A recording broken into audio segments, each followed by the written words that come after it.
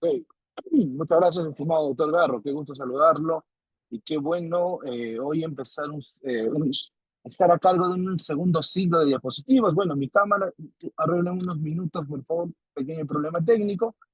Pero bueno, hoy vamos a hablar sobre el procedimiento administrativo disciplinario, vamos a hablar sobre la estructura eh, y voy a tratar de enfocar mucho a la estructura municipal, ya que estamos hablando de un sindicato y yo creo que la mayoría de los que me escuchan han sido, entre comillas, o víctimas de los abusos del procedimiento disciplinario o muchas veces con distintas o en distintas situaciones parte de un procedimiento disciplinario.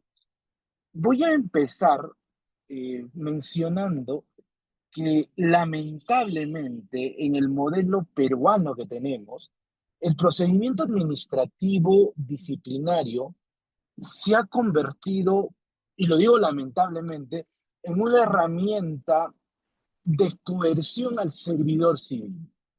Después de algunos años dedicados al derecho administrativo y al estudio de esto, y a ver varios casos de situación disciplinaria, lamentablemente el procedimiento disciplinario, ya sea por una situación de relación contractual entre el empleador y los servidores civiles, y creo que la segunda situación más importante es por la propia estructura del procedimiento disciplinario, porque el procedimiento disciplinario de todas las formas de actividad sancionadora que existen es, es uno de los menos garantistas. Es decir, es uno de los procedimientos que adolecen de mayor ambigüedad y de situaciones que deja mucha libertad, ¿sí?, a la administración pública para poder disciplinar. Algunos ejemplos sencillos de estos, y si hay una segunda oportunidad que el doctor Garro me invita a editar, podemos hablar más del tema, pero dos situaciones sencillas para que se den cuenta que en un procedimiento disciplinario quien tiene la potestad o la situación de privilegio, en el derecho administrativo se llama situación de poder o situación de privilegio, que básicamente es la administración pública, quien tiene el sartén por el mango, como decimos en el español cotidiano. ¿Sí? ¿Por qué? Porque la administración pública se encuentra en una situación ventajosa, sobre todo en los procedimientos disciplinarios, en relación al administrado, en relación a los servidores civiles. Y sumado a ello, el procedimiento disciplinario desde su estructura no es un procedimiento que garantiza una equidad, una correcta estructura, y por eso la cantidad de abusos que existe en relación a la estructura y a los procedimientos en relación a los servidores civiles. Dos ejemplos claros. Primero, ante una determinada acción. Les voy a poner un caso. Yo soy de los profesores que gusta mucho que participen. Entonces, si yo hago una pregunta o les hago un comentario, me gusta que tal vez puedan comentar ustedes también. Entonces, ante la situación, primero, ¿qué sanción sería justa ante una persona, por ejemplo, que llega en estado de ebriedad a su centro de trabajo? Los leo en los comentarios. Repito la pregunta. Para ustedes, ¿qué sanción sería justa ante una persona que llegó en estado de ebriedad? No sé, terminó el fin de semana en Barranquito hasta las 4 de la mañana del día lunes y a las 7 se presenta, o a las 7:30 se presenta al centro de labores. Obviamente, no se le ha pasado no se le ha pasado el licor de la sangre y, como decimos, llega resaqueado. ¿Cuál sería la sanción correcta? A ver, yo los leo, yo los leo. Para ustedes, ¿cuál sería la sanción o qué sanción debería aplicarse ante este caso? A ver, si pueden dejar sus comentarios y podemos ser más dinámicos en la clase, les agradecería. ¿Se me escucha bien? ¿Sí? ¿Tengo buen audio, doctor Freddy? Doctor, buenas tardes. Le ¿Sí? habla la señorita Catherine de la empresa Seobra. Ajá. Em, Buenas tardes. Está mencionando que se mejore un poquito el audio, tal vez un poco más cerca de su Ah, micrófono ok, o vale, vale. ajá, Vale, para que se ahora pueda se escuchar escucha mejor. mejor. A ver, mientras los Listo, participantes excelente. escriben Ya. acerca de lo que usted comentaba o tal vez pueden activar su audio. ¿Ya? Ok, excelente.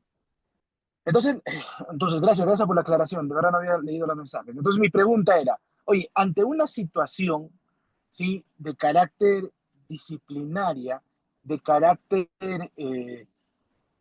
de una comisión de un hecho, como llegar en estado de ebriedad al centro de trabajo, la pregunta sería, ¿cuál es la sanción que correspondería o cuál sería la sanción idónea? Pero doctor, Hola, bueno, doctor, cuando uno va ebrio pues, a su centro de labores, es una falta grave, ¿no es cierto? Entonces, la sanción conllevaría al despido de su centro de al trabajo. despido. Ya, excelente. ¿Alguien más tiene otra opinión al respecto? ¿Qué pasó si no llega borracho, llega resaqueado? ¿Qué pasa si es una persona que es tolerante al alcohol? Puede tener, pero se ha echado colirio en los ojos, no tiene tufo. ¿Qué pasaría? Eh, Y acá, ¿y por qué traigo este ejemplo? Por dos situaciones complejas en el procedimiento administrativo disciplinario. La primera es la ambigüedad dentro de la imputación, porque quien ha participado me dice, la sanción correcta es una sanción grave. ¿Y en qué parte de la ley, del reglamento, de las directivas que saca Servir, dice que llegar en estado de ebriedad es una sanción grave? Porque para mí sería, bueno, ya fue su primera vez, fue su cumpleaños el domingo y es justificable. Entonces, una amonestación. La ley no lo prohíbe. Para otra persona que tenga o que sea más estricto en el tema del licor, diría, es una sanción, como ha dicho ahí, grave, entonces le corresponde la destitución. Ese es uno de los principales problemas que tiene el procedimiento administrativo disciplinario, que existe mucha libertad, si bien, si bien la propia ley establece los criterios de ponderación de la sanción, pero básicamente no existe, o sea, objetivamente, enmarcar qué sanción corresponde ante determinada conducta. O por lo menos en nuestro modelo disciplinario no existe esa regulación. Entonces, ¿y qué pasa? Porque fácilmente si la persona que estuvo ayer en el Barranquito tomándose unas cervezas y amaneció y es amigo del secretario técnico, dirá, pues no, no ha sido tan grave, no hay prueba suficiente, ya una amonestación, ¿no?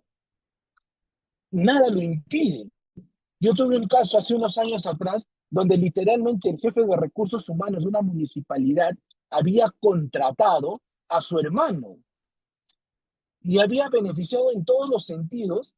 Y si la prensa no habría salido a reclamar esta situación, el tema habría quedado, como muchos otros casos, enterrado bajo la enterrado y en silencio. Pero como se descubrió este tema, la prensa salió, pero bastante audaces y muy maliciosos, ¿qué hizo la entidad? Inició un procedimiento disciplinario por un tema de nepotismo y la sanción que establecieron fue una sanción de suspensión de 5 días. La ley no lo prohíbe, estoy sancionando, estoy cumpliendo con la actuación disciplinaria. Pero ¿cuál es el tema? Que la sanción es mínima.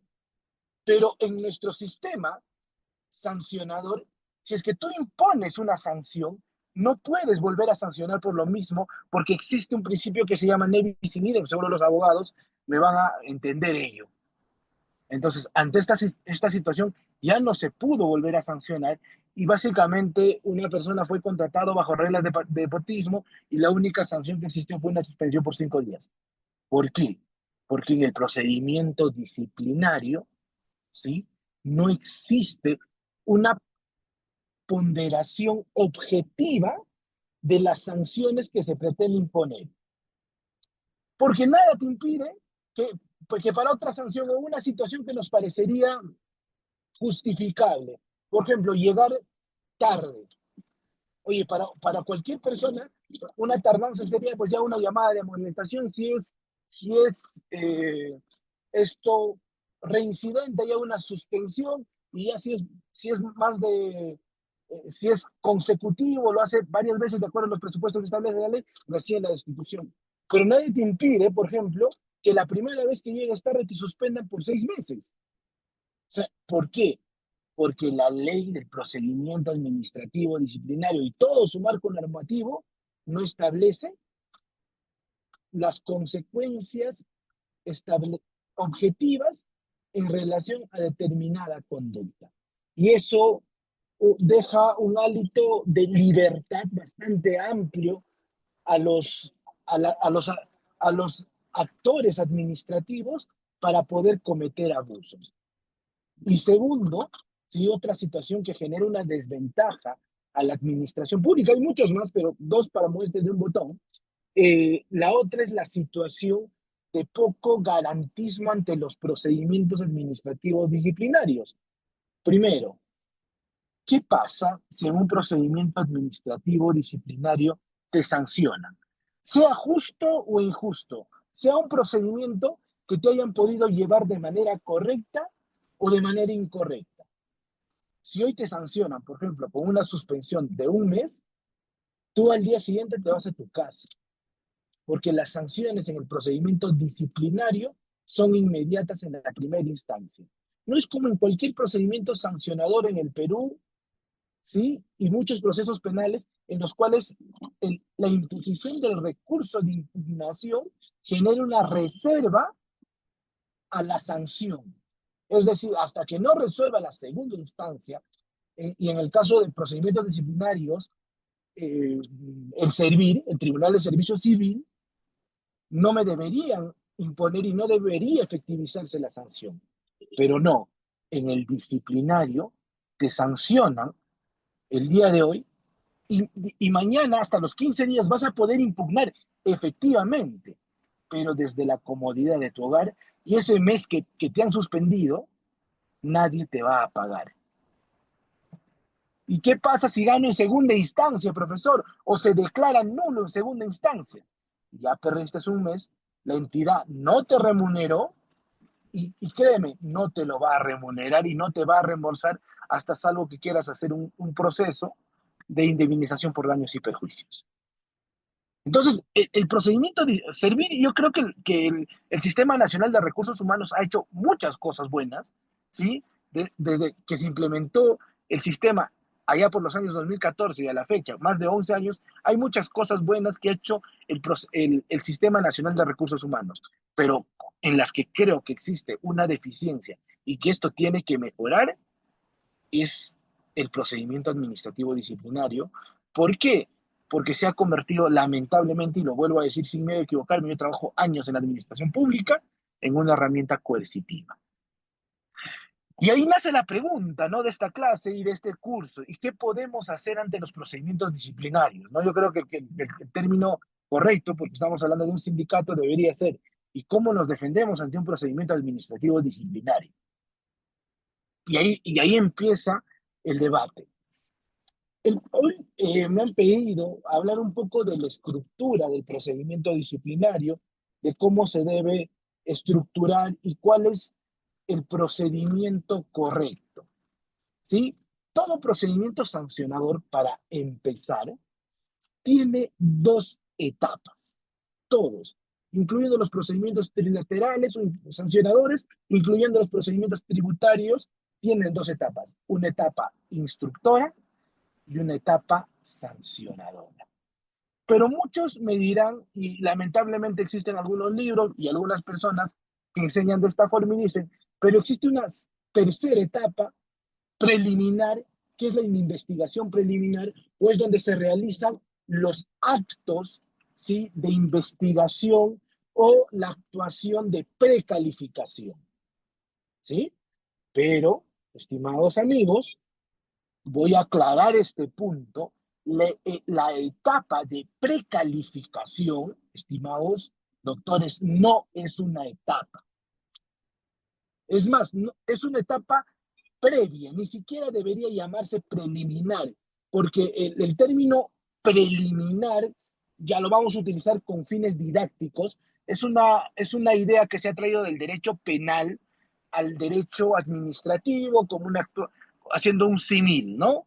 Pero en el procedimiento, ¿sí? Disciplinario, no existe, ¿sí? La etapa eh, de fase de investigación preliminar, sino es una actuación que se ha establecido como un requisito, como una evaluación, como una actuación previa para poder, como dice su nombre, precalificar. ¿Y qué se debe entender como precalificar? Como una actuación preprobatoria para recaudar elementos de convicción o por lo menos elementos básicos para poder determinar una futura situación de etapa sancionadora. Y eso es de lo que voy a hablar ahora. Entonces, tenemos la fase instructora y la fase sancionadora y tenemos una actuación previa, ¿sí? Que es la etapa de precalificación. ¿Y cómo se estructura? Vamos a la estructura. Primero, se presenta, hay muchas formas de iniciar un procedimiento disciplinario. Puede ser por un informe de control, puede ser por una denuncia. Oye, ¿sabes? Hoy en la municipalidad de Huaraz, ¿sí? Funcionario tal, de la oficina tal, me ha cobrado 1.000 soles para que mi trámite se agilice o para que mi resolución salga. Entonces, oye, estamos atentando y estamos ante una situación no solamente de responsabilidad administrativa, sino incluso de responsabilidad penal. Pero en la práctica tendría que buscarse, ¿sí? Esto denunciar y se presenta ante la mesa de partes, ante la Oficina de Recursos Humanos, la ley no establece, pero esta se debe remitir, ¿sí? Al secretario técnico para que haga su evaluación. Entonces, el secretario técnico va a hacer una revisión, va a dar una, va a dar una mira, va a revisar, va a ver los elementos de convicción, va a ver si existen suficientes elementos para poder determinar, ¿sí? El nivel de responsabilidad o sobre todo para ver si existen indicios suficientes para iniciar un procedimiento administrativo disciplinario. Entonces, si existen elementos suficientes para poder disciplinar, vamos a poder determinar algunas actuaciones. Y el secretario técnico va a emitir algo que se llama informe de precalificación y va a poder recomendar. ¿Y por qué utilizo este término recomendar? Porque los informes de precalificación no son vinculantes. Es decir, si es que el secretario técnico decidió, ¿sí? Por ejemplo, recomendar iniciar un procedimiento disciplinario, el que instruye fácilmente podría apartarse. O contrario a ello, si es que el secretario técnico, por ejemplo, recomienda archivar el procedimiento, el de primera instancia podría recomendar, ¿sí? El instructor podría recomendar que se hagan otras diligencias para poder determinar si hay un nivel de responsabilidad. Entonces, acá viene una figura bastante interesante. Y entonces, ¿cuál es la posición que tiene el denunciante ante los procedimientos administrativos disciplinarios? Y lo planteo con una pregunta, ¿sí? Lo planteo con una pregunta. Digamos, si es que yo he sido víctima de este cobro irregular para que me saquen una resolución, una habilitación urbana, lo que sea, ¿qué pasa si el secretario técnico decide archivar mi procedimiento? Pregunta, ¿podría apelar yo como denunciante? ¿Sí o no? ¿Qué dicen, doctores? Los leo en los comentarios.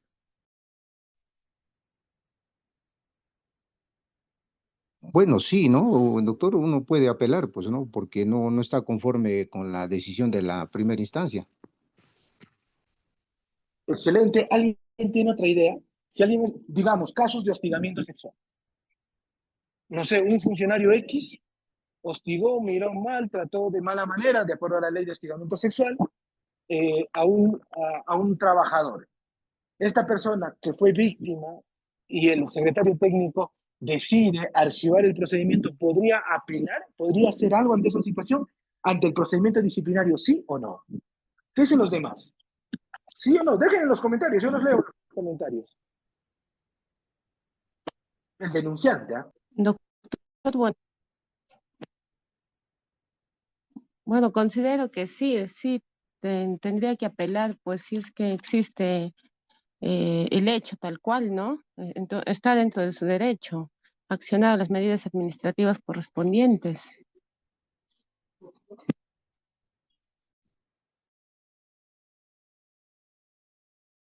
Excelente. Alguien que tenga una idea distinta.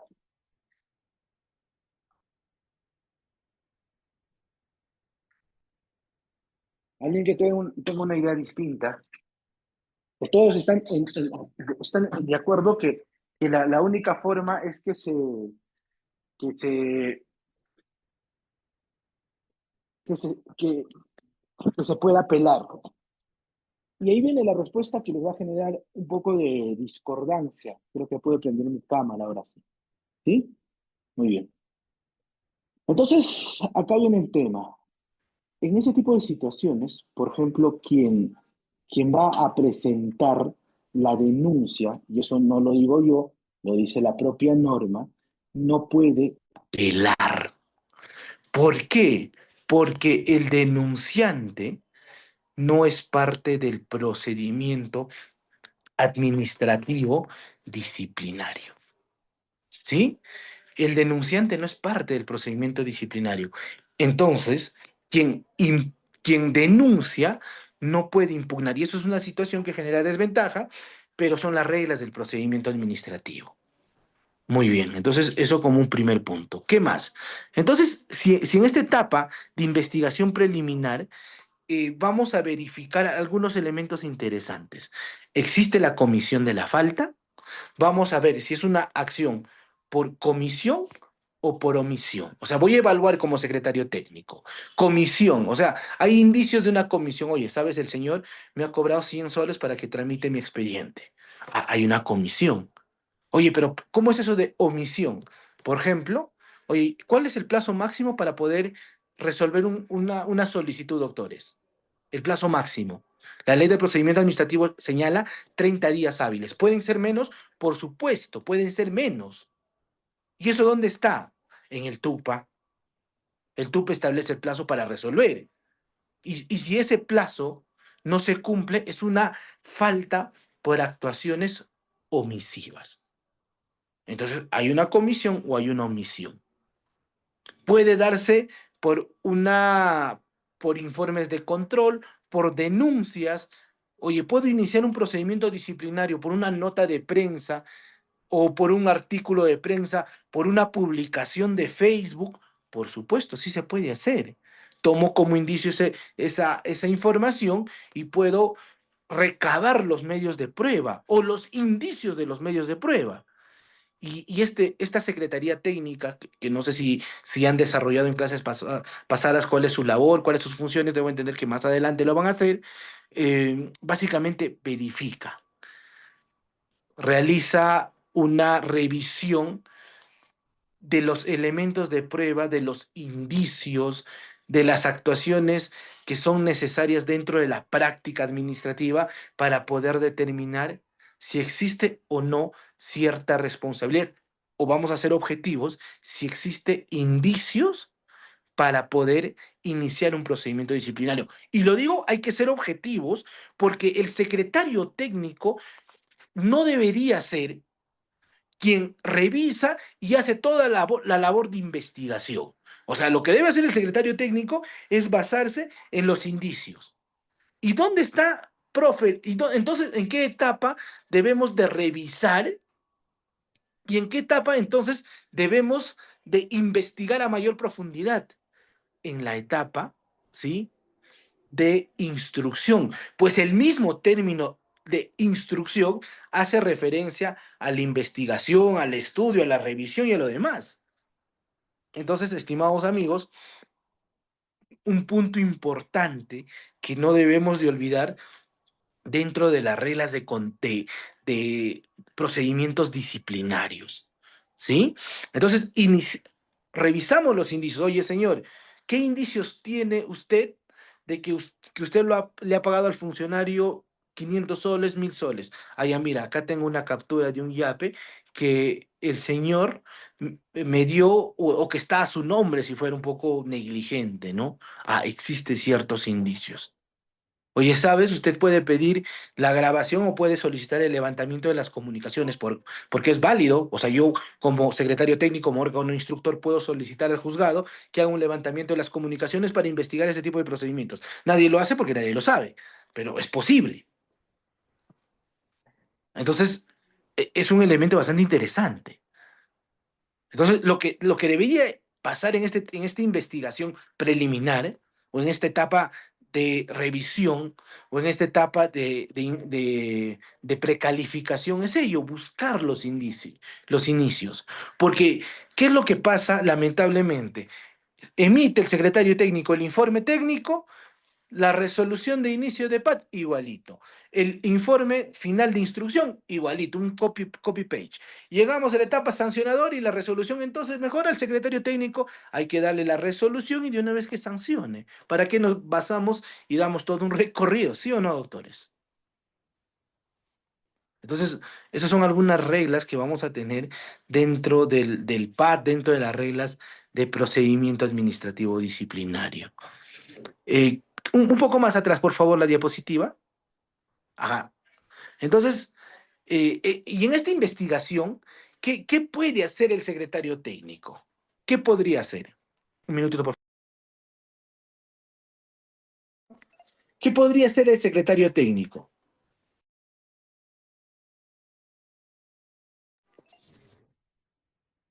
¿Qué podría hacer?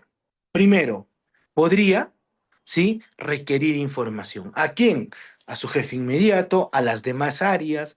Podría requerir información a otra institución pública. Claro, por supuesto. Entonces, podría solicitar información que pueda ayudar a investigar. Podría, por ejemplo, el secretario técnico ir y buscar testigos, buscar testimoniales. Podría, por ejemplo, buscar entrevistas. Algo que siempre se pide es el informe escalofonario del servidor civil para ver cuánto remunera, cuánto tiempo viene trabajando, porque no se olviden que uno de los criterios para ponderar sanciones en los disciplinarios es el nivel, ¿no?, que tiene un servidor civil. Puede hacer inspecciones oculares, podría solicitar, por ejemplo, y es un tema que se debate, ¿no? Por ejemplo, pruebas como videos, ¿sí? Podríamos, por ejemplo, y ahí empieza un tema de discusión, oye, un servidor civil podría solicitar, por ejemplo, las copias o el levantamiento del secreto de las comunicaciones. A priori no lo podría hacer. Pero ¿cuál es el trámite correcto? Hay que solicitar, ¿sí?, información. Muchas gracias. Hay que solicitar información. No te preocupes, yo lo abro. Un vasito regalo. Hay que solicitar información al juzgado o hay que pedir al juzgado el levantamiento del secreto de las comunicaciones a través de una solicitud y que se pide a través de la Procuraduría Pública General. Entonces, son algunas formas. ¿Para qué? Para recabar, como dice su nombre, indicios. Cierra la puerta, gracias. Muy bien. Entonces, y si es que ya encontró indicios, este señor tiene tres posibilidades. Si hay indicios, si hay una prognosis, si determina que hay cierta responsabilidad y que va a haber buen puerto y que va a haber una posible sanción, recomienda iniciar procedimiento administrativo. Si no existen elementos de convicción suficientes o en su defecto, no hay forma de probar, porque puede haberse cometido la sanción. Seamos sinceros. ¿Cuántas personas, y esto es creo pan de todos los días, o por lo menos de todas las semanas, lo que les decía, no llegan en estado con resaca a la institución pública? Y queramos o no, nos damos cuenta. pero ¿cómo se puede probar? Oye, señor, a las malas lo vas a llevar a pasar su dosaje etílico y si no quiero, no puedes utilizar la fuerza pública. En algunas instituciones, por ejemplo, tienen alcoholímetros, ¿no? Y se ha discutido ese tema, si es que de verdad era necesario o era un abuso por parte de la institución pública, y hubo un pronunciamiento de Servir que decía que sí era un elemento válido para poder determinar la eficacia y la calidad y la idoneidad de los servidores civiles. Entonces, es válido.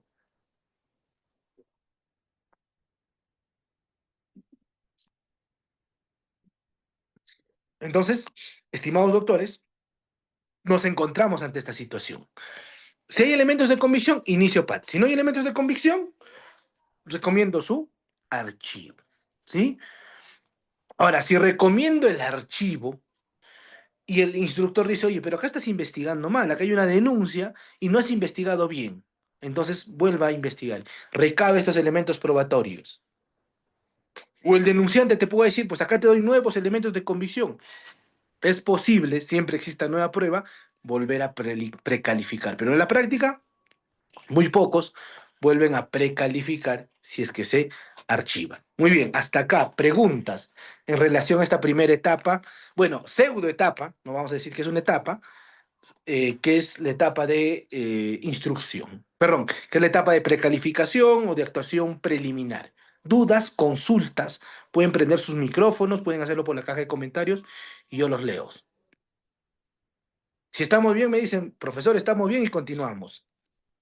Doctor, bueno, este, bueno, yo bien, a la pregunta que usted hizo, yo indiqué de que sí podía, ¿no? Bueno, ya lo aclaraba ya de que la norma no te da esa potestad, ¿no? De poder, apelar. Pero yo digo, doctor, o sea, le hago una interrogante, ¿no? ¿Qué pasa? Un compañero a mí, por decirme, me trata mal, me insulta, o sea, me ocasiona un daño moral, ¿no es cierto? Entonces, yo pongo eso del conocimiento a mi jefe inmediato, ¿no es cierto? O en todo caso, al, al gerente o subgerente de recursos humanos. Ahora, usted me dice, ¿no es cierto? Ya, eso lo archiva, lo declara no al lugar, pero yo no estoy conforme toda vez de que, bueno, pues he sido insultado. Entonces, ¿cómo queda eso, no es cierto? Porque no en sí no hay una satisfacción hacia mi persona por el hecho en sí que se ha dado, ¿no es cierto? Porque ha sido incluso un hecho doloso. ¿Doloso por qué? Porque me ha tratado mal, pues, ¿no es cierto? Incluso me ha afectado psicológicamente.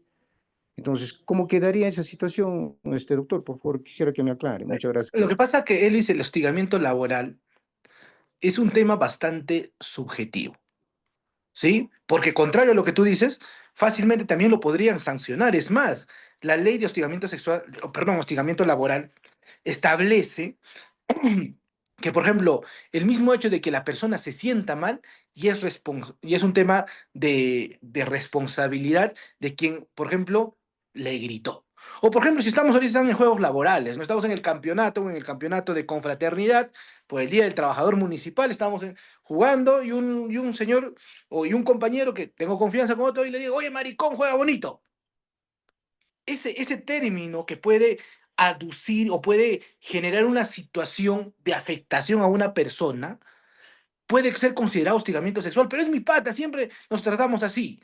Pero si él se ha sentido aludido y necesita prueba pericial, no, no, es muy subjetivo el tema del hostigamiento. Esa norma ha sido múltiplemente criticada por lo subjetiva que es. Entonces, ¿qué es lo que se recomienda? Tanto para el que investiga o para el que es víctima, tratar de recabar otros elementos de prueba. Por ejemplo, testigos. Por ejemplo, si alguien no sé, me insulta, ¿sí?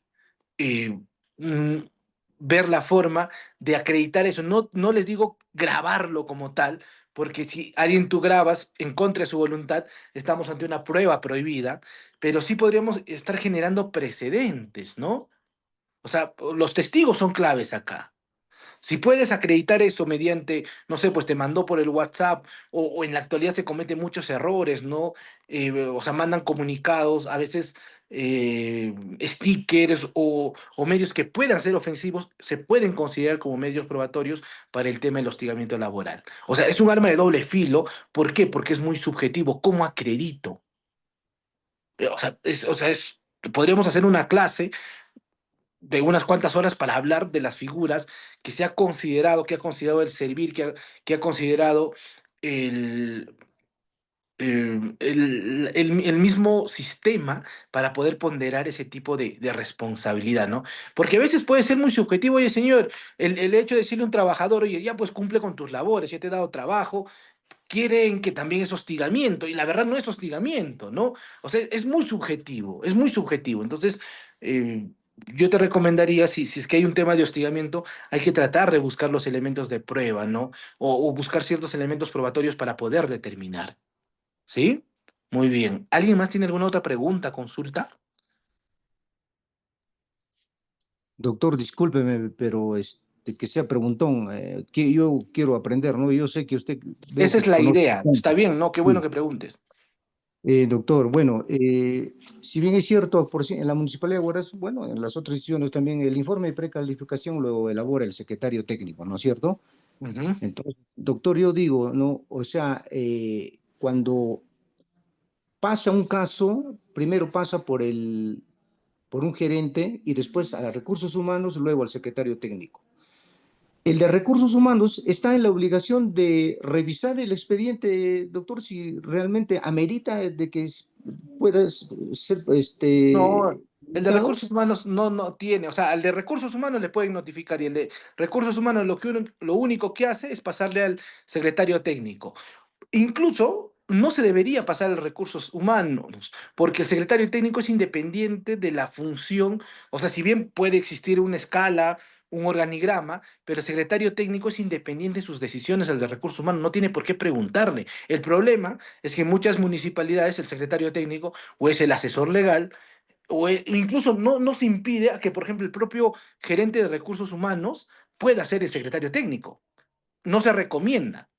¿Por qué? Porque si hay suspensiones, ¿quién no podría haber duplicidad de actividad de órganos dentro de la estructura disciplinaria, ¿no? No lo requiere, salvo que exista una directiva, un lineamiento interno que establezca que el procedimiento es así. Pero pese a que existe esa directiva o ese lineamiento, no se podría realizar el secretario de recursos humanos, no podría hacer una calificación, no es parte de su potestad, estaría ante una situación de usurpación de funciones, porque en ninguna parte ni del sistema administrativo, y estoy seguro que dentro de del reglamento de organización de funciones y el instrumento que regula las actuaciones específicas, ya sea el MOF o ya sea el MPP o el MCC, tampoco se establece dichas labores para que él evalúe, no está dentro de sus funciones. Muy bien. ¿Alguien más?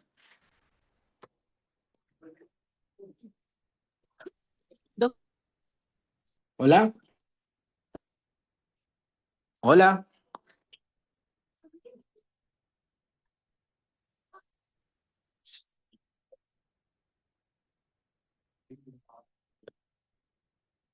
Doctor, yo le quería porque Te escucho, señor Sonia. Creo que está mal su... ya.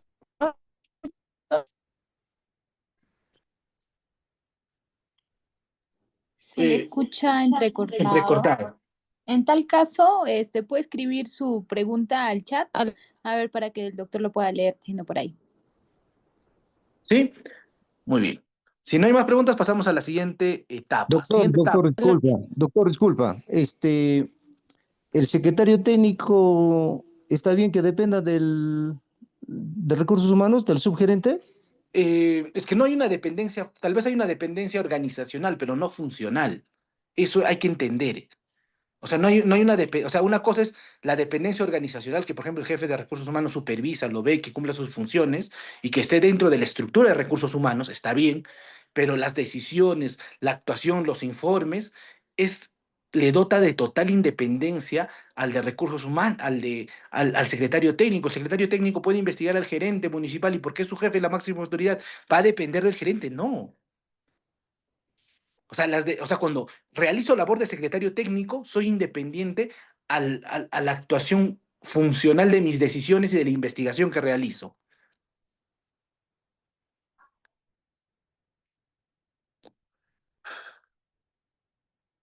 ¿Listo? ¿Alguien más?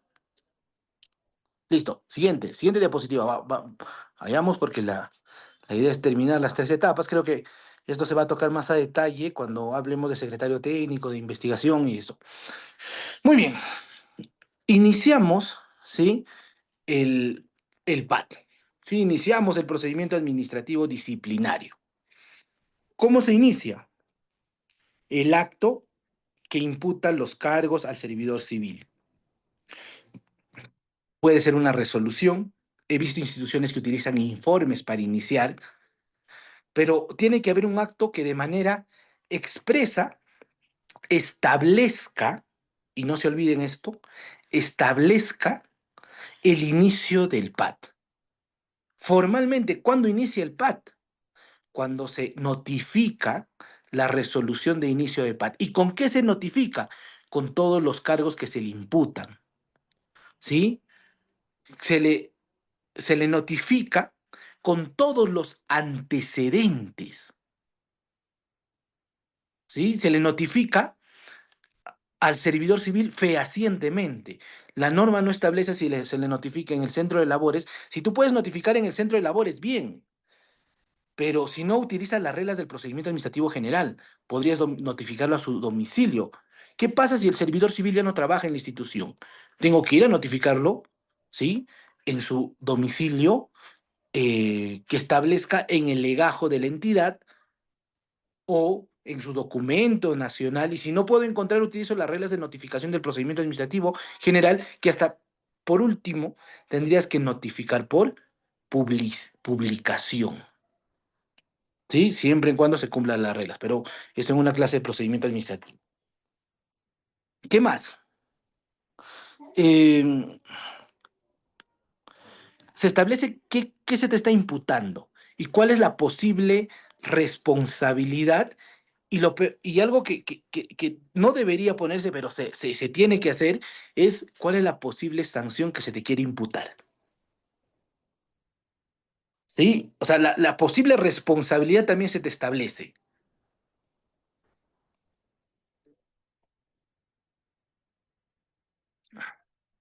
Entonces, inicias el PAT, notificas el PAT, le notificas todos los antecedentes. O sea, no se notifica solamente la resolución, se notifica la resolución, el informe de precalificación y todas las actuaciones de indagación e investigación. ¿Sí? Y ojo, el investigado en cualquier momento puede solicitar el expediente administrativo. No necesita solicitarlo por escrito. Eso en mérito a un principio de procedimiento administrativo, ¿sí? Que se llama el principio de participación. Entonces, constantemente yo puedo ir al procedimiento, al PAT, y solicito. ¿Sí, doctores? Entonces, siguiente diapositiva, por favor. Siguiente, por favor. Listo. Entonces, notificaste al órgano instructor, las- se inicia la notificación y se brinda un plazo de 5 días hábiles para presentar sus descargos. Y la norma establece, ese plazo puede ser prorrogable, sí, siempre y cuando lo solicita, hasta por 5 días más. Pero acá hay un debate que es interesante porque esto se ha debatido en las salas del Tribunal de Servicio Civil. Y, y bueno, por lo menos hasta el año pasado, que he tenido procedimientos disciplinarios en los tribunales, hay un elemento divergente, ¿sí? Porque en las opiniones de Servir dice, hay un principio en el procedimiento administrativo que se llama el principio de informalismo, que te dice, oye, ¿y qué pasa si yo presento mis descargos fuera de plazo? Si presento en el día 6, 7, 8, ¿debería de observarse? Y les doy un dato como defensa. Sí debería de observarse. ¿De manera obligatoria? Sí, de manera obligatoria. ¿Por qué? Porque es una actuación, ¿sí? Que primero el procedimiento administrativo en general y también el procedimiento administrativo disciplinario es flexible. Y en los procedimientos administrativos no existe la preclusión de plazos, es decir, que los plazos son relativos. Entonces, si presento fuera del plazo, deberían observar mis descargos por regla sí. Pero ya les digo, esto para que lo tomen en consideración, las opiniones de Servir dice que se han establecido plazos y se deben cumplir. El tribunal que ha dicho que se debe aplicar el principio de informalismo. ¿Por qué? Porque estamos en una etapa instructiva y se debe observar lo que ha decidido o las actuaciones probatorias, pues esa es la finalidad de la etapa instructiva. Entonces, eso como un comentario. Entonces, en regla, estimados amigos, cumplan los plazos. Si no le alcanza los 5 días, piden una ampliación de 5 días más y por regla no se les debe negar. ¿Sí? Ustedes hacen un escrito simple de media hoja, de 3 líneas. Solicito ampliación de 5 días de plazo, de 5 días más de plazo, para que pueda presentar descargos al tratarse de un tema complejo. Listo, no necesitas fundamentar más. Y si por regla se te tiene que conceder. Muy bien. ¿Qué más? Siguiente, por favor. Entonces, en este informe de inicio de procedimiento administrativo disciplinario, tiene que haber, el informe tiene que contener actuaciones bastante objetivas. O sea, ustedes revisan, yo creo que los organizadores de este evento se les va a pasar y lo están haciendo de manera bastante sencilla. ¿Qué es lo que debe contener este informe? Primero, se tiene que identificar al servidor. ¿Sí? Se le tiene que identificar, se tiene que determinar si es servidor o es un ex servidor. Y profe, ¿cómo se determina esto? Lo voy a explicar con un ejemplo. Pepito de los Palotes, ¿ya? Pepito de los Palotes, el, el año pasado, en el mes de noviembre, emitió un informe en contra de la norma y esto ha generado un perjuicio a la entidad. ¿Por qué? Porque se resolvió un contrato importantísimo. Para poner un caso. Ahí está su informe, su firma, y en su propio informe establece normas derogadas, hace un análisis incorrecto y esto ha generado un perjuicio a la administración pública. En diciembre del siguiente año, de ese mismo año, del 2024, se le cesa de sus funciones o renuncia a sus funciones. Este año, en el mes de septiembre, justo en este mes, sale a la luz un informe de control en el cual dice que ese informe que emitió Pepito de los Palotes ha generado ha generado perjuicio a la entidad pública. A la fecha este señor ya no tiene vínculo. Pregunta, ¿cómo se le tiene que investigar? ¿Como servidor o como ex servidor?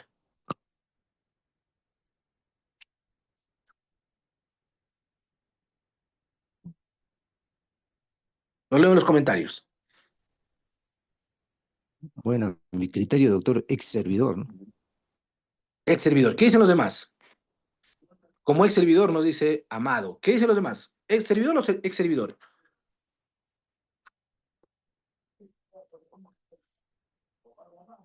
Muy bien.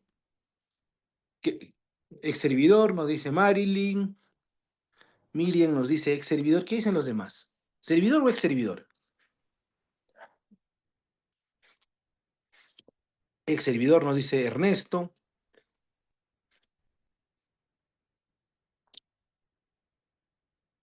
Elizabeth nos dice ex servidor. ¿Todos están de acuerdo que es un ex servidor? Y la respuesta correcta es no. Se le debe iniciar un procedimiento como si fuera un servidor. ¿Por qué, profesor? Porque acá aplica un principio del procedimiento administrativo que se llama causalidad. ¿Y qué es la causalidad en cristiano? Sencillo. Se le responsabiliza por la acción que cometió al momento, ¿sí?, del vínculo o de la relación contractual que realizaba. En otras palabras, si el señor cometió esta esta falta cuando era servidor civil, digamos, asesor legal o especialista legal, se lo va a tener que disciplinar con, bajo las reglas, bajo las funciones que cometía, que realizaba en ese momento. No tiene nada que ver, estimados amigos, la relación contractual a la fecha. Porque también podría ser un servidor que haya cometido otra infracción o que haya cometido una infracción cuando ya no tenía vínculo, cuando tal vez lo han rotado. En ese momento era especialista y a la fecha está como asistente. O en ese momento era un trabajador de planta, como lo llaman ustedes, y asumió un cargo de jefatura y a la fecha ha vuelto a su puesto, a su plaza de origen. Entonces, ¿cómo se le disciplina? Como con las funciones y actividades que se realice en ese momento. Entonces se lo va a disciplinar como servidor civil. Y profe, entonces, ¿cómo se disciplina cuando alguien es ex servidor? Cuando hay ciertas sanciones o ciertas faltas que puede cometer una persona, un servidor civil, cuando ya no tiene vínculo. Por ejemplo, un asesor legal que empiece a asesorar causas cuando ya no tiene vínculo laboral hasta por un año, dice. O causas que ha tenido conocimiento. Imagínense que yo haya sido asesor legal de la Municipalidad de Huaraz y al día siguiente o a los 3 meses aparece una firma en un documento de apelación ante un- una resolución que yo mismo había asesorado o que había tramitado cuando yo estaba en ese vínculo. Ahí eso es una comisión de una falta como ex servidor. No sé si me dejo entender. ¿Sí? ¿Estamos bien? Cuando alguien es servidor y cuando alguien es ex servidor. Entonces, eso es básico. Identificar si estamos ante un servidor y un ex servidor. ¿Qué más se puede determinar en el tema de la identificación del servicio civil? ¿Qué pasa si han sido varias personas que han cometido la infracción o la falta, ¿no? Como se llama en el procedimiento administrativo disciplinario? Por ejemplo, típico caso, procedimientos de selección o obras mal ejecutadas. Ahí tiene responsabilidad los miembros del comité, el gerente de obras, tal vez el procurador, el gerente municipal, el de administración, el de logística. Hay varios responsables. Pregunta. Se inicia un procedimiento, digamos, son 15 personas que tienen responsabilidad en esta ejecución de obra nefasta. Pregunta. Vamos a iniciar un procedimiento administrativo disciplinario con 15 personas o 15 procedimientos administrativos disciplinarios con 15 personas. ¿Qué opinan?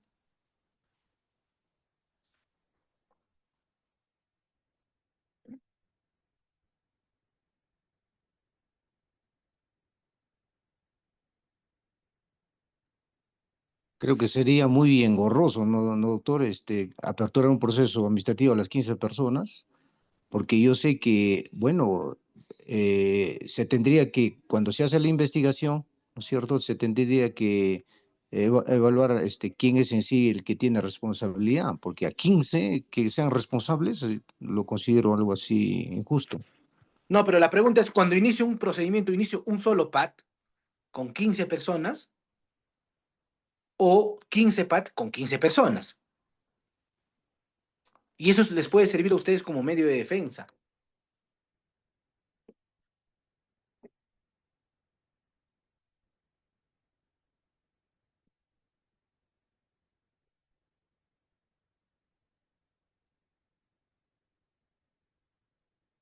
Y el tema es bastante sencillo. Vamos a tener que iniciar 15 PATs con 15 personas. Si bien no existe una regla, por lo menos en la ley o en el reglamento que establece de manera expresa, pero ya Servir se ha pronunciado o ha dado recomendaciones. Tiene que haber 15 PATs. ¿Y por qué no uno solo con 15 personas, profesor? porque es difícil determinar al órgano instructor y al órgano sancionador en primer lugar. ¿Cómo vas a poder determinar quién, quién es el jefe de quién? ¿Cómo vas a emitir informes? ¿Cómo vas a hacer la actuación probatoria si son diferentes jefes, diferentes órganos instructores, diferentes sancionadores? ¿Cómo haces un informe de instrucción si tienes 7 jefes, si la sanción fuera suspensión? O si deberían haber diferentes sanciones. Alguno es amonestación, alguno es destitución, alguno es suspensión. ¿Cómo lo haces en un solo disciplinario? Es imposible. Entonces, ahí les va una clave, ¿no?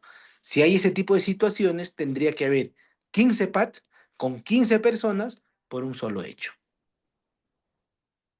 Si no, créanme que ese PAT nunca va a terminar, y si termina, va a terminar mal, y créanme que ni siquiera se preocupen en hacer su defensa, porque el Tribunal de Servicio Civil lo va a declarar nulo.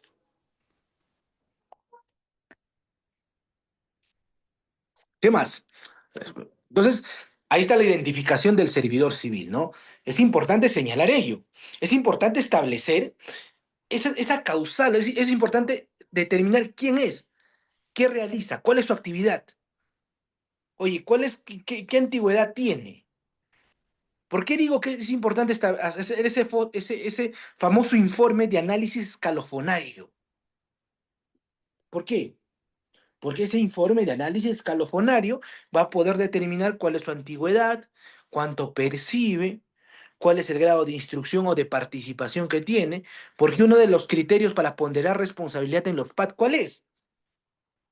El nivel, ¿sí?, de responsabilidad y el cargo que tiene. Oye, yo no puedo responsabilizar lo mismo a un abogado que tiene un año de experiencia, es un abogado junior que recién está aprendiendo a hacer informes legales, que un abogado que tiene 10 años de experiencia o 15 años de experiencia, que tiene maestría, que ha sido jefe y que, no sé, pues dicta cursos. Entonces, es distinto el análisis. Por eso es importante identificar bien. Y cuando digo identificación del servidor civil, no es solamente poner su nombre, su apellido y el cargo que tiene. Si podemos agregar más datos a este análisis, es mejor. ¿Qué más? Se tiene que determinar la imputación de la falta.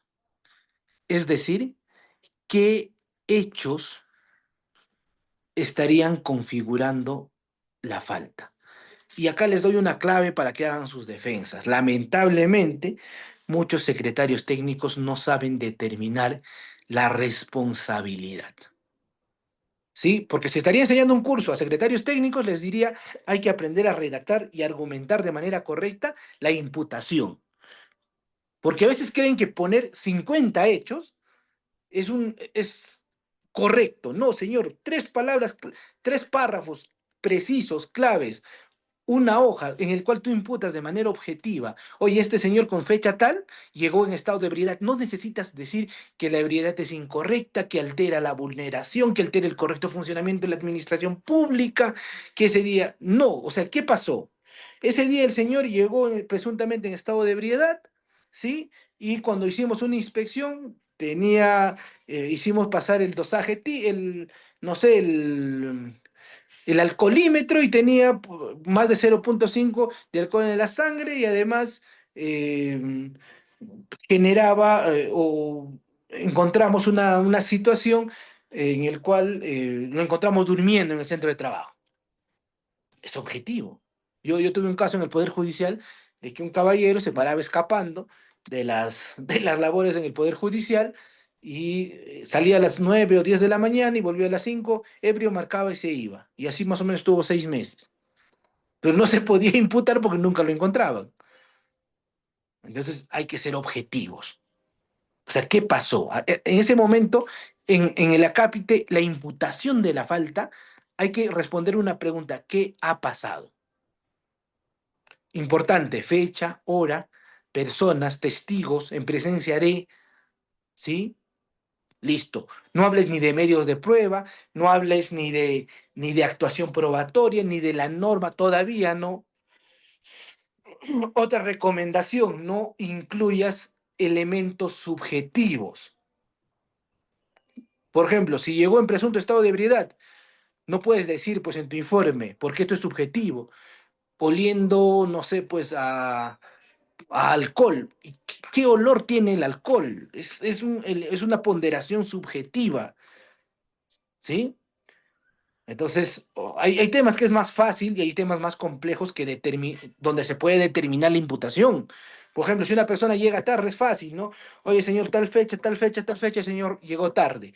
Acá está el informe de marcación, listo, se acabó el tema. No necesitas discutir más y no necesitas mayores pruebas. Pero hay temas que son más complejos. Por ejemplo, el tema del hostigamiento que les hablaba. El tema, por ejemplo, de pueden haber elementos subjetivos dentro de la imputación y hay que tener mucho cuidado cuando tratemos de traer imputación subjetiva a los procedimientos disciplinarios y creer que son infracciones ciertas conductas. Yo tuve un caso en una municipalidad, justo fue en una municipalidad, o no recuerdo si fue un gobierno regional, en el cual se inició un procedimiento disciplinario donde se pedía la suspensión de una servidora civil. ¿Por qué?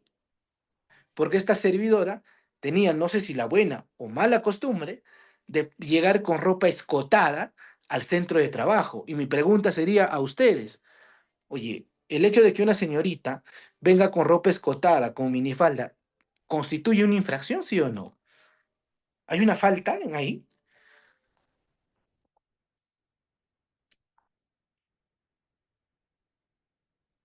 O sea, o sea, la forma como viste, y su informe era un tanto, su informe de inicio de parte era un tanto gracioso, ¿no? Porque decía, al generar, al venir de esta forma, distrae a los trabajadores, es un tema lesivo, porque genera obscenidad, o sea, temas que son subjetivos. O sea, si una señorita viene con escote, bueno, es su forma de vestir. Ahora, puede haber un tema de incumplimiento, ¿sí? A las reglas y al código de vestimenta, que es otra cosa, ¿sí? Que es otra cosa. Pero no podemos traer elementos subjetivos a la actuación disciplinaria, ¿sí? Importante.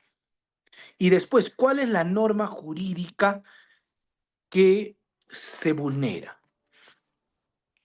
Y acá no necesitan copiar 200 normas. No necesitan copiar toda la ley del procedimiento, todas las sanciones que establece el, la ley o el reglamento, la ley de procedimiento administrativo general. Específicamente, ¿cuál o cuáles son las normas? Ha incumplido con sus funciones, ha atentado contra el código, contra, no sé, el código de vestimenta, esto está en el reglamento en el reglamento del servidor civil, ¿sí? Si lo tienen, o no sé, pues ha faltado, o ha llegado tarde, o ha utilizado recursos de la administración pública para su beneficio. Ya, acá establece de manera objetiva cuál es la conducta que ha cometido. Y si no hay conducta, no te inventes, pues. O sea, eso es lo que realiza muchas veces la administración pública y dice, pues se inventa, ¿no? La norma y traen normas, no sé, y muchas veces lamentablemente quieren aplicar el famoso código de ética de la función pública. Oye, el código de ética de la función pública primero, es una herramienta que no se debería utilizar para sancionar. Pero lamentablemente el Perú es el único sitio donde se quiere sancionar por una norma que no establece sanciones, y eso se llama Código de Ética de la Función Pública. Oye, el Código de Ética de la Función Pública establece principios que todo servidor civil debe debe cumplir. Pero para que haya una vulneración y se pueda sancionar, hay un acuerdo plenario del 2016 de la Sala, si mal no me equivoco es el 02 o el 03, del Tribunal de Servicio Civil, que establece, tiene que haber tres elementos básicos para que se pueda aplicar el Código de Ética de la Función Pública. Primero, tiene que haber un tema de afectación al interés público o al debido procedimiento. A ver, ¿qué es atentar contra el interés público? Es atentar, por ejemplo, contra las normas. Es atentar, por ejemplo, con las obligaciones que tenías. Pero, por ejemplo, el caso que les traía, la señorita que vino con ropa escotada y con minifalda. ¿De verdad Eso atenta contra alguna norma, contra el interés público, porque algunos caballeros me dirán, no, doctor, más bien la señorita trae buena imagen a la institución, y por cierto, lo dijeron en este disciplinario que llevé hace unos años atrás. O sea, no podemos traer elementos subjetivos. O sea, señor, ha habido una vulneración del interés público del debido procedimiento. No, entonces no hay pues, código de ética. Segundo, hay una afectación al interés público. O sea, se puede ponderar en qué se ha beneficiado y si no existe, tampoco se puede aplicar ello. Y de verdad, tercero, debe ser punible, es sancionable esta conducta que ha realizado. Y si no se hace este filtro para aplicar el código de ética de la función pública, ese procedimiento disciplinario va a caer en saco roto. Entonces, recomendación, revisen qué sanción se les pretende aplicar. Porque hay otra figura que siempre utilizan para querer sancionar y lo aplican de manera incorrecta. Incumplimiento de sus deberes y obligaciones. Oye, ¿qué es el incumplimiento de sus deberes? Primero, un deber debe partir de una norma. Y esa norma tiene que ser expresa.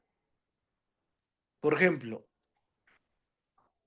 hubo hace unos meses atrás veía un disciplinario de una asistenta, de un gerente, que le iniciaron una sanción porque ella no le hizo recordar al gerente que tenía reunión y que por eso le sancionaron a su jefe inmediato, ¿no?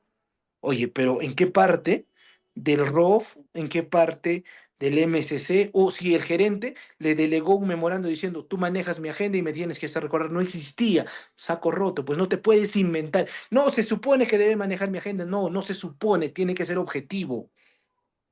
¿Sí? Algunas claves.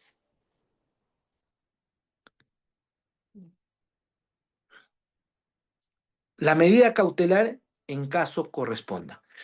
Hay ciertos procedimientos que se pueden establecer medidas cautelares dentro del procedimiento administrativo disciplinario si corresponde. ¿Qué es una medida cautelar? Es una medida que va a facilitar básicamente dos cosas en disciplinario.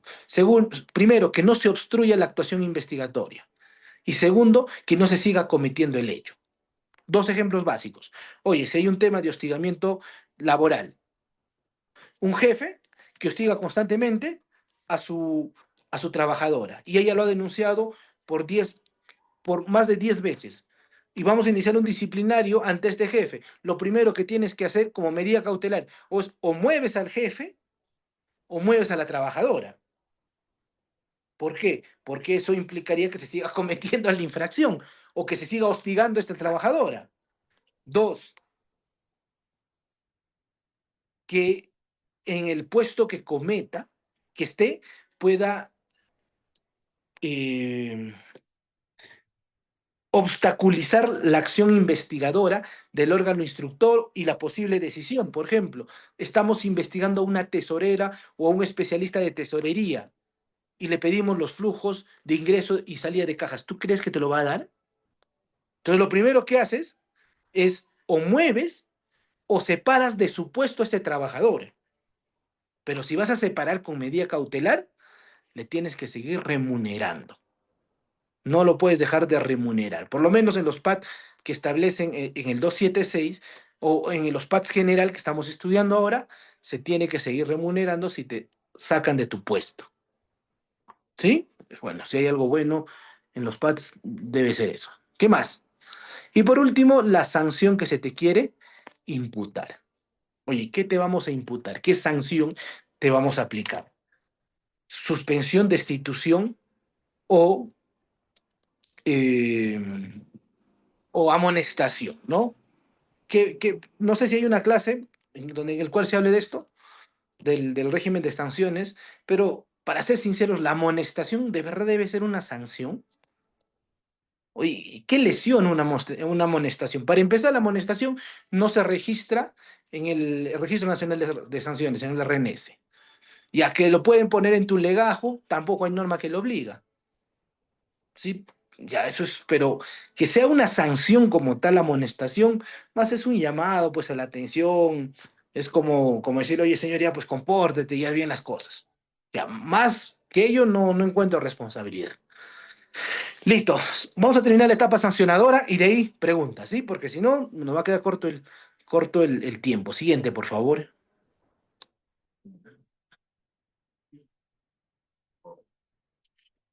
Ah, ya. Siguiente.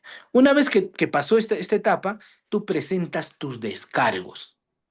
Puedes revisar los antecedentes, puedes cuestionar si es que ha sido correcto, puedes presentar medios de pruebas o puedes abstenerte a presentar medios de pruebas. Algo que no entienden en esta etapa es que tú no estás en la obligación de colaborar con la administración pública. Oye, ya, pues ven, preséntate, presenta tu testimonial. Si no quiero hacerlo, a veces el silencio y guardar un recelo y no presentarse es mejor medio de defensa porque a veces lo deja sin instrumento a la administración pública. Dependerá ya de cómo hacen su defensa. Ya por ahí buscan al doctor Garro para que les ayude. Pueden formular sus descargos por escrito y presentarlo ante el órgano instructor dentro de los plazos de 5 días hábiles, el que se computa desde el día siguiente de la comunicación. Presentan sus descargos. Yo les recomiendo, busquen un abogado que sepa derecho administrativo y que maneje esos temas. ¿Por qué? Porque es un tema técnico. Si bien no te obligan, no existe defensa cautiva en estos temas, o sea, no es obligatorio que lo presente un abogado, pero hay elementos básicos que puedes cuestionar, desde la designación del secretario técnico hasta la forma como redactan. Ya es un tema de observar y de ver cómo se hace, ¿sí? Y corresponde a una solicitud del servidor, la prórroga en caso exista. Unos temas bastante puntuales si quieren presentar descargos. Siguiente diapositiva, por favor. Muy bien, terminado esta etapa, finaliza la instrucción, ¿sí? Finaliza el plazo de vencimiento y presentaste tus descargos y la norma dice en un plazo máximo de 15 días hábiles tiene que emitir un informe que concluye la etapa de instrucción para ver si se archiva o no. Entonces, pero puede ser más, sí, no hay problema, no hay una norma que dice si son más de 15 días, si se pasa 30 un mes, 2 meses, la administración pública, no pasa nada. Pero si se pasa más de un año, ahí sí estamos ante una regla de prescripción. Algo que no existe en el PAT es la caducidad. Entonces no puede haber reglas de caducidad en los procedimientos administrativos disciplinarios. ¿Qué más? Entonces, en el informe de instrucción que emite este órgano instructor, el informe que concluye esta etapa instructiva, sí, se tiene que determinar, se debe entender que en esta etapa ha investigado. O sea, algo habrá hecho, ¿no? Aunque sea, ya lleva una declaración, no lo hacen, tampoco están en la obligación de hacerlo.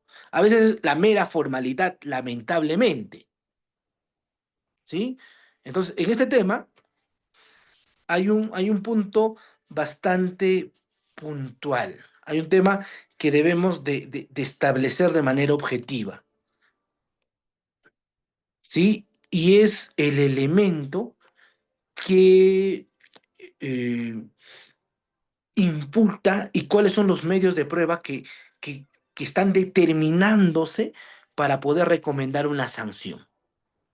¿Sí? Entonces, de manera objetiva, hay que revisar en esta etapa de la finalización de la instrucción cuáles son los elementos de convicción que se tienen y dos, si es que el órgano instructor ha analizado tus descargos.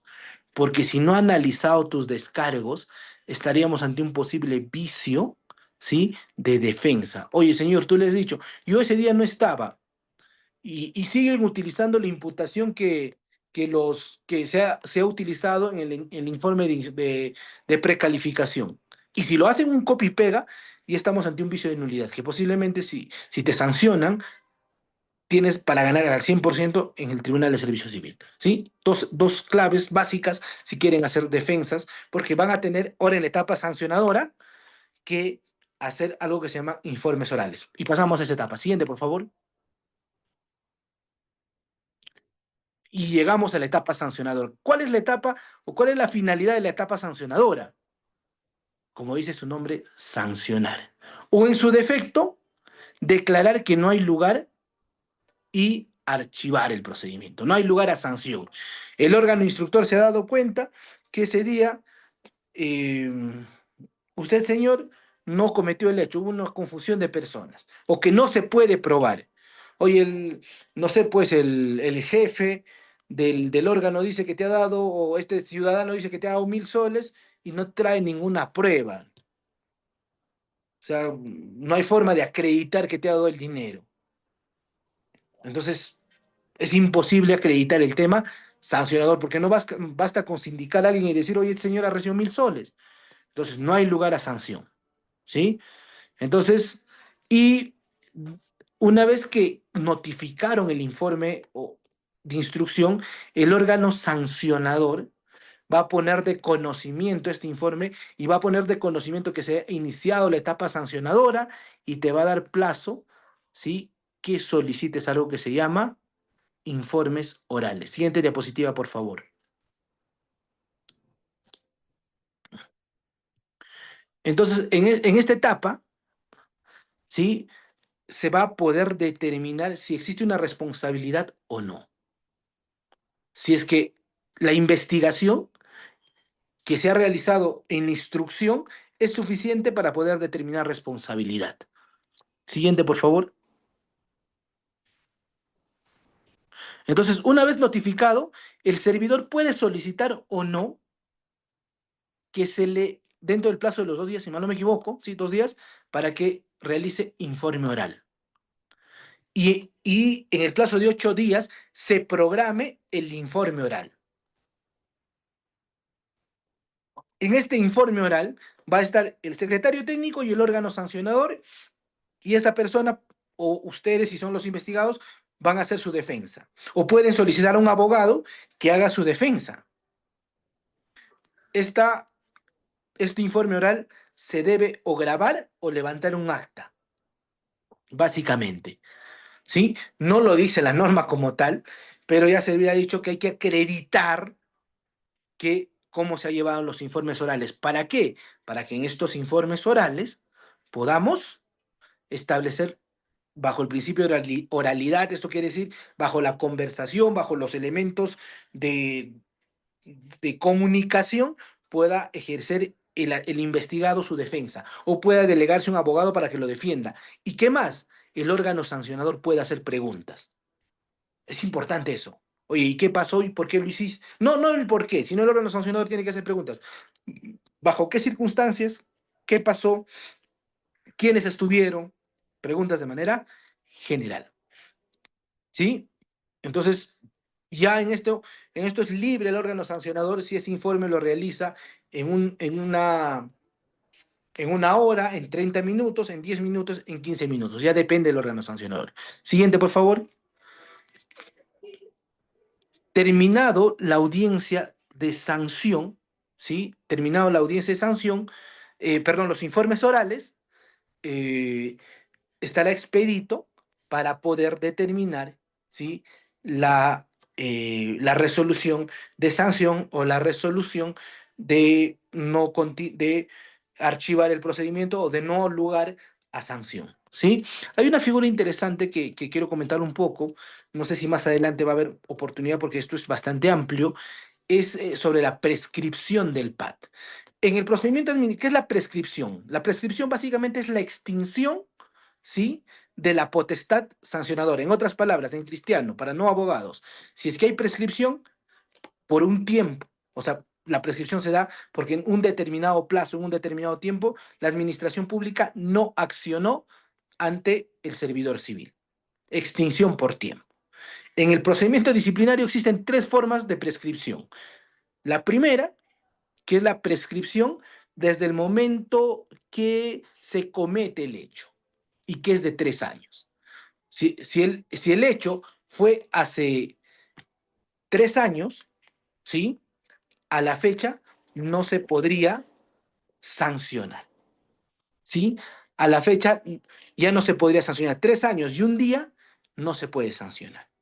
La siguiente fecha de prescripción, desde que toma conocimiento la administración pública. Eso es desde el momento que toma conocimiento la Secretaría Técnica. No desde el momento de la mesa de partes, no desde el momento que se sacó el informe de control, no desde el momento que se puso de conocimiento al procurador, no, desde el momento que toma conocimiento la Secretaría Técnica. Desde ese día, 1 año para que termine el procedimiento. Y 2, 1 año, ¿sí? Calendario desde que se inicia el PAT. Es decir, desde el momento que se sacó la resolución de inicio de procedimiento disciplinario. Lo primero que deben hacer antes, cuando inicie un PAT, es ver si estamos ante una de las reglas de estos procedimientos disciplinarios. ¿Sí? Entonces, eso como un dato importante. Doctor Adilson, ¿Sí? el doctor Pacori va a ahondar un poco más en ese tema, también en la parte de lo que es la fase sancionadora. Yo sé Ok, que hoy día ha sido una introducción de manera muy ilustrativa, con la experiencia que usted tiene también dictando para otras entidades. Y yo sé que los trabajadores de Citramun están agradecidos por su ponencia. Le queda seguro unos minutos porque usted me indicó que ya pasaba también para dictar para otra institución. sí, sí, Más bien estos doctor. minutos finales sería si hay algunas preguntas Excelente, escritas o verbales para que pueda cerrar su ponencia. excelente, excelente, doctor. Listo, excelente. A ver, hay preguntas. A ver, preguntas que me han dejado ahí los, los participantes. Una consulta, ¿se le reconoce al investigado como ex servidor? Claro, cuando inicias, Ernesto, un procedimiento administrativo disciplinario, inicias un procedimiento disciplinario como en la identificación del servidor como ex servidor. ¿Sí? Listo. ¿Dónde están las sanciones de los ex servidores? Está en la ley en la 27444. Hay un acápite que dice sanciones para ex servidores, doctor Ernesto. Ahí hablan de las faltas que puede cometer un ex servidor. Esteban me dice, un trabajador que empieza fue amonestado anteriormente con lo que establecía la norma legal anterior de procedimientos administrativos. Con la nueva ley de PAT puede ser amonestado o las sanciones son acumulativas. Cuando me dices de la anterior sanción, con la anterior norma legal te estás refiriendo, debo entender, hace 10 años, 11 años, porque hace 11 años la norma recién ha entrado en vigencia, o sea, ya no es poco, ¿no? Y sí, se acumula, si lo amonestan, se puede, no se acumula como un solo procedimiento, son distintas acciones, son distintas faltas, son independientes. Sí, no, eso se acumula en el legajo. ¿Existe PAT para funcionarios y servidores? Sí. Desde el gerente municipal hasta la señora que recoge, no sé, residuos sólidos en las noches, pueden ser disciplinados para todo el mundo. Solo que Buenas noches. hay una cierta especialidad para estos servidores. Pregunta. Pregunta. De verdad, muchas gracias por la invitación. Bueno, ha sido un día un tanto arduo, pero siempre gustoso de poder compartir, ¿no? Por cierto, los pocos conocimientos que uno tiene sobre paz, porque yo creo que uno nunca deja de aprender y creo que la forma más idónea es pudiendo compartir con la experiencia de cada uno de ustedes. Gracias a la Municipalidad de Huaraz, siempre va a ser un gusto poder compartir estos temas y bueno, si hay una próxima oportunidad, con gusto, doctor Freddy, estoy a disposición. Nos vemos, cuídense, muy buenas.